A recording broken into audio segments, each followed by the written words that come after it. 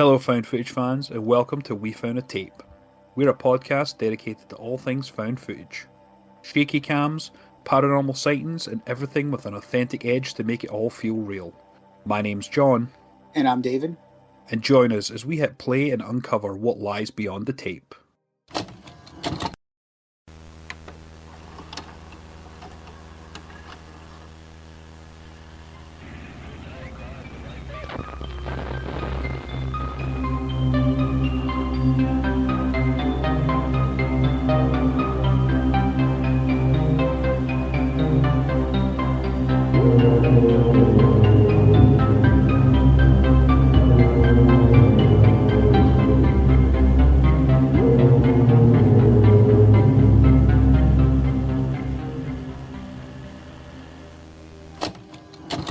Welcome everyone to another episode of We Found a Tape, and on today's episode we're going all the way back to the 1930s. We're going through the trenches on this one. Literally, we're going through the trenches. Yeah. And we're traveling to 1930s occupied Germany during the World War II, and today we're going to be talking about Frankenstein's Army from 2013. Yes, indeedy. Yes, indeedy. I've packed all the necessary things we need on this trip. I've got beef jerky. I've got my pocket knife. I've got my shotgun. And maybe some duct tape. You know, you never know. You need it for anything and everything. So we're going on this journey. David's brought enough rations for both of us. Yes. Although I will not lie, I might eat half the rations before we even get there. So. Yeah, thinking about it, like really, if I was around during World War II, I don't know that I would have survived. Like, me now, being in World War II, I couldn't deal with the rations and stuff like that. Like, I'd be like, I'm so fucking hungry right now that I need to eat all my rations. Dude, I'm a little animal, man. I can eat like a whole chicken by myself. I'd be just like downing farm chickens just left and right. There'd be a whole massacre of poultry. You just know which way I was going because of all the chicken bones. We're not going very far. No, not at all. We'd probably end up like some of these folks in Frankenstein's Army. That's where we'd end up. For sure. And I'm pretty sure that they didn't have McDonald's about that time, so not like we could stop at one. Yeah, I don't know. They probably had some sort of fast food at the time in some capacity, but there was a great, war going on, so a lot of places were either bombed or out of business. So glizzy on a stick. Yeah, we'd be the glizzies on sticks. Yeah, for sure. But yeah, Frankenstein's Army. It's set in World War II. I found it to be very steampunk, and so it's almost a kind of futuristic kind of World War II, which I quite like. I really dug the style of that in this film. In some ways, it reminds me of those weird '80s movies, like City of Lost Children, or that movie. What's it called? Is it called Dark World or something like that? Yeah, I can't think off the top of my head, but City of Lost Children, for sure. I said that to you when we watched this. It reminded me a lot of that because of the sort of setting and the costume design and just the characters and the sort of times. Like, it very much reminded me of that. So I see a lot of that in there. And for anyone who hasn't seen it, it's an early Ron Perlman film, and it's so good. Dark City is what it's called. Is the movie that it's called. Dark City. I'm not familiar. Yeah, it's a really weird movie, man.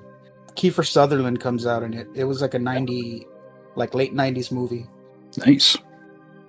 But yeah, it had those like I don't know, very like steampunkish, feel to it. Kind of like past but futuristic kind of. It's like something that wouldn't exist in that time, like the creation of these monsters or creatures or whatever you want to call them. But yeah, this was a fun ride, man. And Frankenstein's Army, of course, is from 2013. It's made in 2013. Hell yeah. Directed by Richard Raaphorst. And I'm not familiar with anything else he did, to be honest with you. There's not really too much, but this has I mean, if you're going to go out with just one movie, really, like a feature, this is one hell of a movie to go out on, you know? Yeah. I'm pretty sure this was his, like, first feature as well. You know, super impressed me when I first saw this. This was like maybe 5 years ago that I saw it. And it was just like one of those random things that you find while you're just looking through Tubi or something like that. And it just happened to pop up and saw the cover. I was like, I'll put it on, whatever. And went for the ride, man. And I got more than I bargained for. Absolutely. But yeah, he mostly did short films. From the research I've done, he's mostly done short films. This was his like first like full length movie. Yeah, it was insane. Like the amount of attention to detail, the amount of practicality that came from it, in the creature design and the sort of what I would assume to be fairly spot on Soviet, army uniforms from back in the day. I think that's really cool. They filmed the movie in the Czech Republic, which is now called Czechia. So it's not called Czech Republic anymore, it's Czechia. In a lot of like abandoned industrial sites and bunkers in the Czech Republic, which was, it really just adds to it, right? Like all the detail of what a Frankenstein's lair would really look like, and sort of that compound that he has built. And I mean, if you're going to film in like a place like the Czech Republic, that's pretty much how I would think that the Czech Republic would look like a war film, just barren. Right, just like everywhere, like almost kind of like post-apocalyptic after like right. Massive bombing or something like Chernobyl, where everything is kind of like just deserted. Right, exactly, yeah, and I mean there's probably some really great parts of the Czech Republic for sure, most definitely, but just to me, like any time I've seen places like that, it's usually been from war type films because it's such a great landscape for making these movies. So it's definitely a compliment because it makes it look realistic to a movie, but yeah, it's just how I thought it looked all the time. And what a great way to go on a found footage, like, because you kind of got to look at, and I'm assuming from the director's standpoint, what you can do to make a found footage movie, right? And this was perfect because it's a cameraman on the go with the squad of soldiers, and I mean, what better way than to bring a camera with you and record all the craziness that happens along the way? That's like perfect movie right there, right? It fits perfect. Like there's no other way I can say it. It just fits perfectly, and he did a fantastic job with this. But before we go down the rabbit hole here, let's hit him with the synopsis. I thought you'd never ask, David. During World War II, Russian soldiers attempt to save their comrades against Germans, and during the rescue, they stumble upon the lair of a deranged scientist and the madness that ensues. I think the found footage sort of element, like that filming style, it works perfectly for this because like war photography and war filming is definitely something that occurs, whether that's journalists or soldiers who are just documenting for the purposes of taking note of their expeditions. It fits sort of perfectly in that, and the backdrop of it being like the 1930s, 1940s sort of Soviet, German occupied areas, like during the war, it really leans into that a lot, and I really enjoyed that fact. It makes it really unique. Like from that point, like just to start with, makes it unique from every other found footage movie that I've seen, to be fair.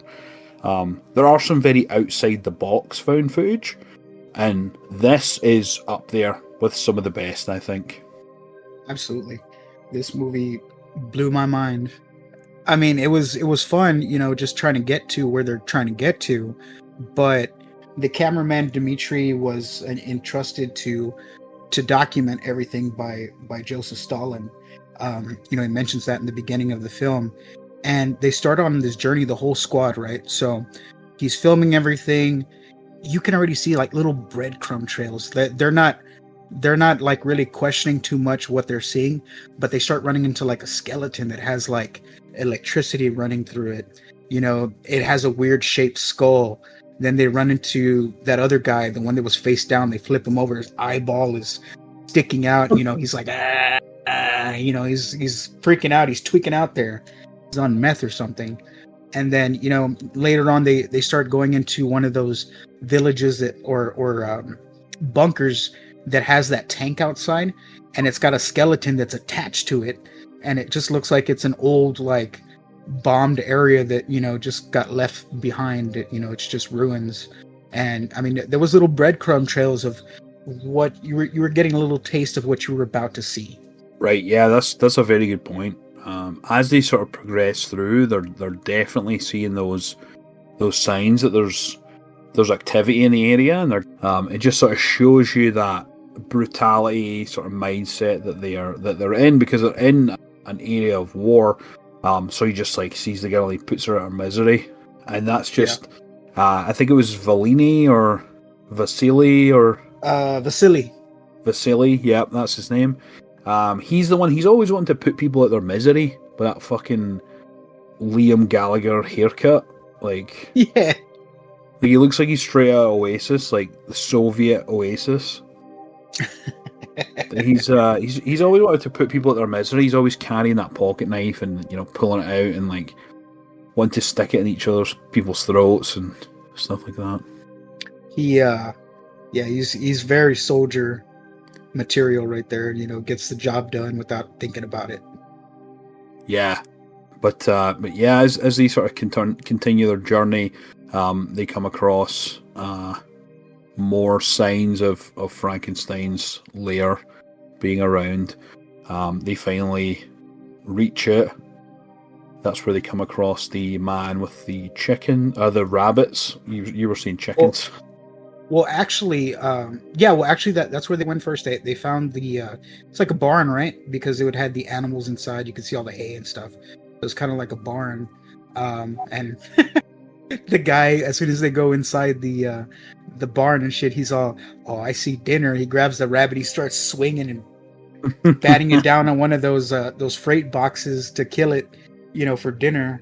And then that dude pops in out of nowhere, just takes one in the leg, man.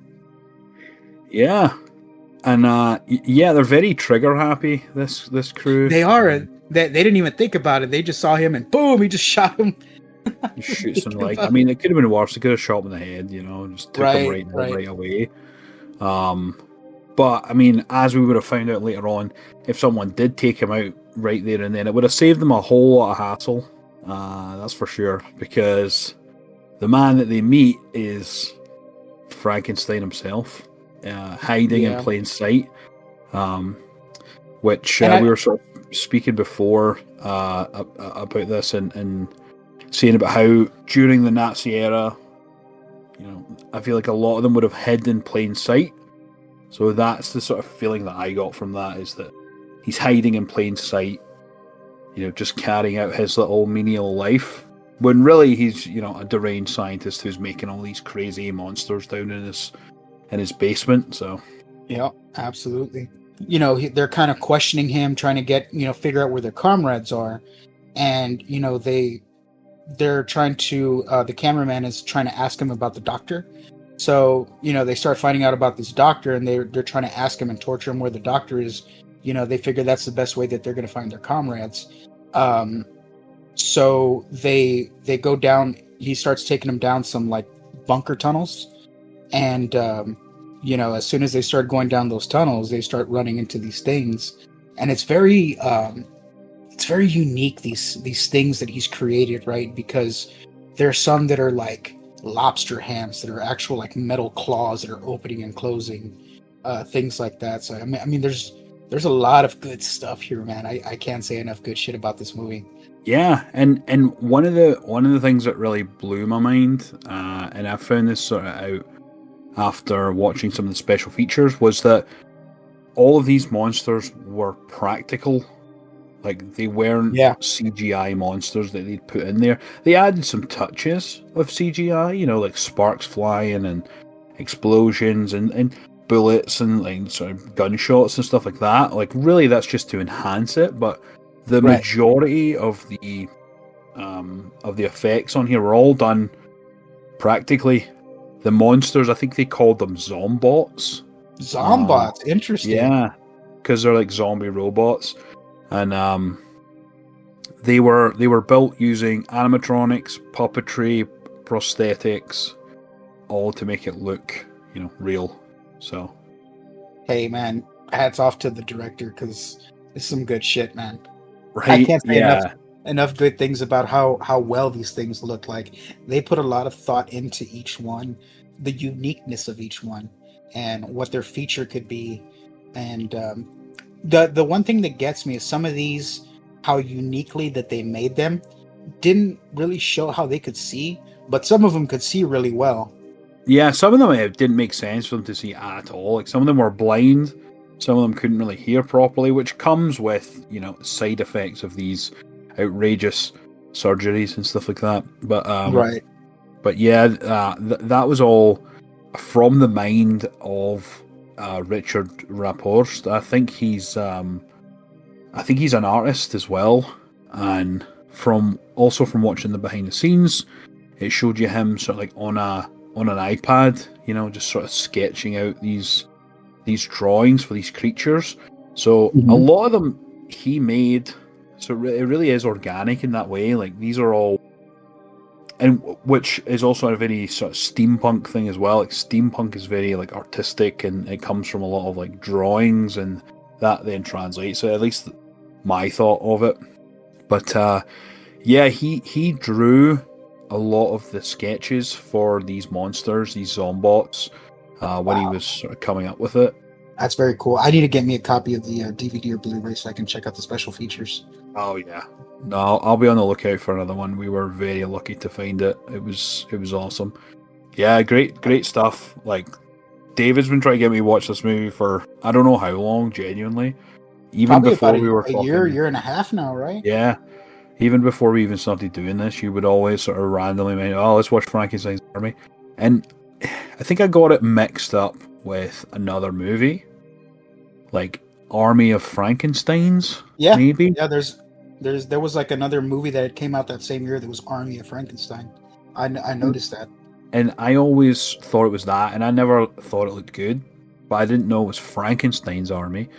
And you really think to yourself, like, how can Frankenstein's Army really translate to be a found footage film? And I mean, the tropes are there, man. Like a lot of sort of running.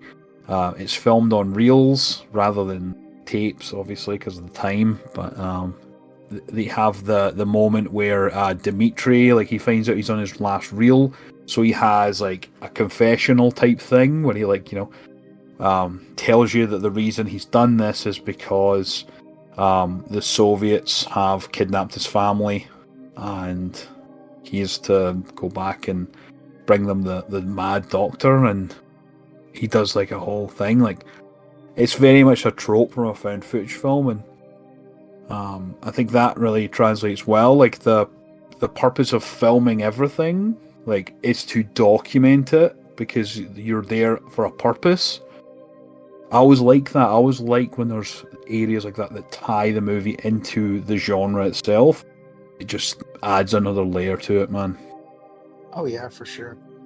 So I kind of went back and watched the movie today to do my notes on this. 3 pages of notes, by the way. A lot of this notes here too is me naming these monsters along the way. So did you give them a name, or did you hear them say a name? No, I just like looked at their features and just decided to give them a name. So like one of the first monsters that they see, aside from the one that's on the ground that was hooked up to the cords, I really didn't give that one a name because it was just kind of like that first sighting, to start preparing you for what you're about to see. But the first real crazy monster that comes at them is hook hands. So it looks like it's 2 of those garden hooks that they cut, shrubs with and things like that as hands. And then the next one to come out, and this one attacked one of the soldiers, was what I call like a clamp face, because the face was opening and closing with clamps, and it got the helmet of the guy and smashed the helmet into the guy's head. So they're having to drag that guy out. and that was like the first two, real live attacking monsters, creatures, experiments, whatever you want to call them, that came out. That's awesome, because you know what, David? They actually do have names. They do have names, right? They do have names, yeah. Well, I mean, the three that I'm familiar with is the Mosquito Man, the Propeller Head, and then I think the girl was Eve. I love when a movie has a bit of lore behind it, and you kind of have to, look it up and find out information about it. Like, it keeps it on your mind and fresh, and I think that's really cool. But yeah, they had some names. All right, David, are you ready? Yeah, go for it. So we have the Burnt Match Man. That's that's one of the first ones that we see. Where she's all tied up and stuff. Right. That's Burnt Match Man. There's Eva Zombot. So you were close.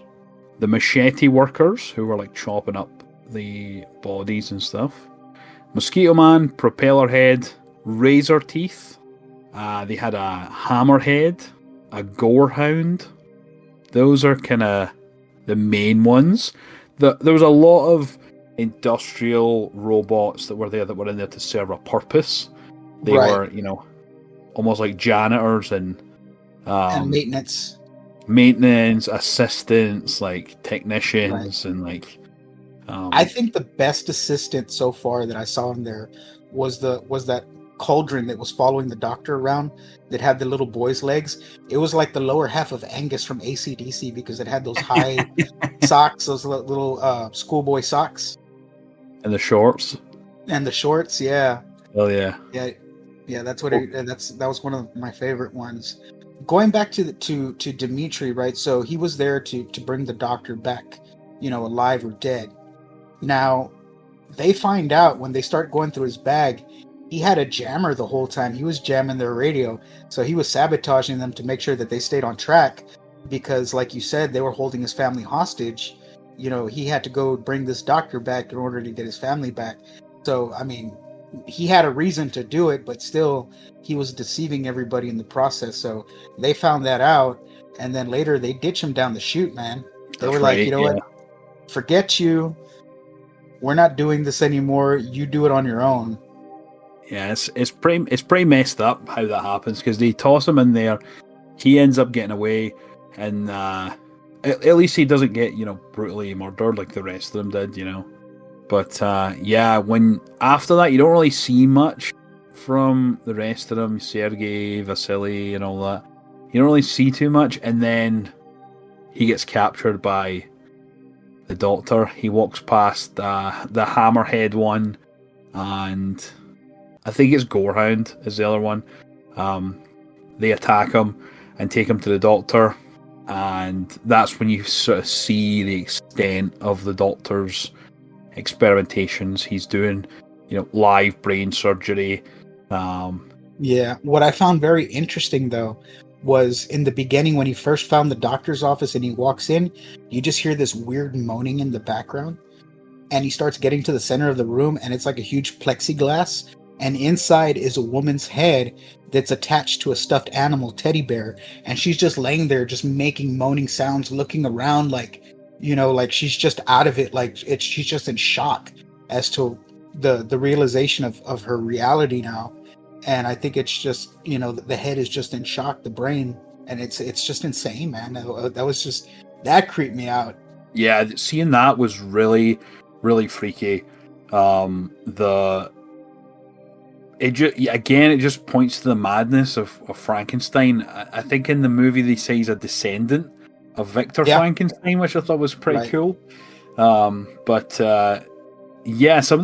that stuff is insane, and the practical effects of them doing the brain surgery and showing you Sergei, when he has his one of the plans that he has is to merge the Russian brain or the Soviet brain with the German brain. He's like, this is how we solve the war. This is how we stop the war. And it's a case of just mixing the brains. One point I heard when Richard was on Found Footage Finds is that during that scene where Frankenstein is, doing that, they just put a camera in front of him and they're just like, do whatever you want. And that's when he's like picking at parts of the brain. He's like, oh, there's too much there, there's too much there. And like silly stuff like that. So like where he just started chipping away, this is too much on this side. We just gotta take a little bit off, Yeah, that was gnarly, man. That was a good scene right there. Yeah, he said that's one of his favourite scenes, and it's the actor that played Frankenstein, he is there just doing all that, which is crazy. Yeah, this movie is just pure gold, man. I can't say enough good things about it. This movie's just insane, man. It is insane. I truly didn't understand the reality of what I was going to watch. Like, I know you told me it was going to be a Nazi zombie found footage film, and I'd never seen one of those, and I'm more than 100% certain that this is the first. This is the first Nazi zombie found footage film. So it's definitely a sort of trailblazer for that. Like, so there is some crazy good like Nazi zombie movies like Dead Snow. I don't know if you've ever seen Dead Snow, but that's another insanely good Nazi zombie film, because they're truly the some of the biggest villains of all time are the Nazis. The stuff they did, the horrific stuff they did, the experimentation that was done, like, just insane. I mean, yeah, it was wild, and it's wild to think that there's a whole subgenre about the undead Nazis that are running around. Right? Yeah, it's crazy, man. There's crazy stuff out there for sure. This movie climaxes, man, at the end with the the doctor, captured Dimitri to record, everything that he's doing, so that way he could show the world that, these things exist, these things can happen, and the genius of what he's doing, right? So at the end, Doctor decides to pull a 180 and say, nah, you know what, I'm going to keep my secrets, and he kind of captures Dimitri, and he's going to use him as an experiment. Meanwhile, before he had captured Dimitri, start hearing the bombs outside, and he starts saying that his comrades are coming to, bomb the entire area. So they're getting closer and closer and closer, and he has Dimitri tied up on that table, and he's about to start experimenting on him, and the doctor gets shot, right? The least expected person you would think that was able to pull this off was Sasha, the one that they always leave behind to watch the equipment, or he was like their little errand boy to do this or do that. He was the one to kill the doctor out of everybody. And of course, Dimitri was mad. He was like, Sasha, no! Like, he was mad because, he needed to bring that brain back in order to get his family back. It's an interesting plot point, because I'm fairly certain he hides within the bodies. Yes. Yeah, you could see him when he was driving by in the cart. And then Dimitri's trying to offer Frankenstein some deals. You'll get like a medal, like honored by the Soviets and blah blah blah. You'd be a hero, and he doesn't want it. He's like, I'm gonna put this camera into your head, and I'm gonna basically make you be my cameraman. And I think that's fucking brilliant. That's such a true to form, like, cameraman. Like, would have been an absolutely perfect name for him. Because that's literally what he would have been. Cameraman. Hell yeah. So that was awesome. And then Sasha shoots him. He takes the head of Frankenstein, and he's able to get away, and that's when Sergei comes in. Just before Sasha runs away, Dimitri tries to get him to help him, of course, and he offers the same sort of deal to Frankenstein, like, oh, I'll tell everyone about you, you'll receive a hero's medal. And that's when he takes off. And probably, like, as if this movie wasn't batshit crazy enough, it just shows you a picture of Sasha, like a photoshopped picture of Sasha. It's like the big, like, propaganda poster of him with Stalin. What an end. That music was spot on for that movie, man. At the beginning, as the intro and the outro, it was spot on for that movie. Oh, it was awesome. David, this is another gem that you've brought forward. I feel like I made the movie, but I didn't make the movie. Right, yeah. No, it was so well done. The attention to detail was insane. Richard Raaphorst is an absolute maniac for making this, and it's so fucking good. I will recommend this to everybody. This is definitely sort of pretty high up there on the list for sure, because of how unique it is, because of how well done it was, because of how fun it was, and yeah, it was. I absolutely loved it, David. I tell anybody that loves horror movies that, you know, I tell them about this movie, and I don't tell them much, right? I'm just like, if you want to be pleasantly surprised, watch this movie, because it surprises you and then some. Oh, very much so.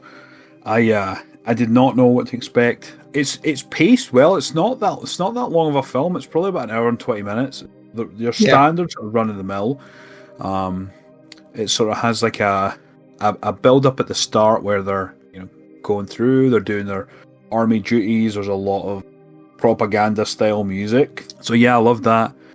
It's paced well. The characters, they're believable. The characters you're sort of rooting for them, especially Sergei. Sergei is one that I liked him. I thought he was a good character. Vasily was a mad. There's always that renegade.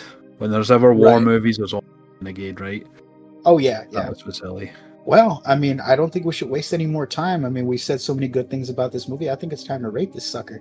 Hell yeah. David, do you want to do the honors? Absolutely. You know, I was set on 1.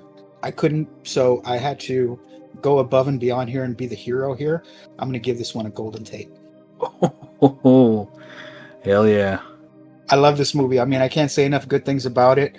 Recommend it to anyone and everyone. Phenomenal. Just phenomenal. Yeah, you know what, David? I think I'm going to agree with you. I think this is a perfect candidate for a golden tape.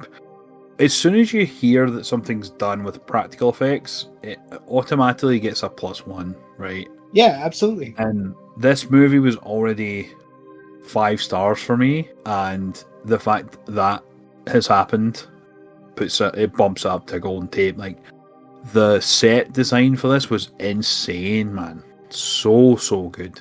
The attention to detail, the monsters, the story, like everything to me just so good to watch. It was such a fun time. There was points where you laughed, there was points where you're grossed out. Yeah, I think I'm with you in a golden tape. You were horrified, you were pleasantly surprised, you were horribly surprised. There was just so many nice little treats around each corner, man. I love this movie. I love it so much.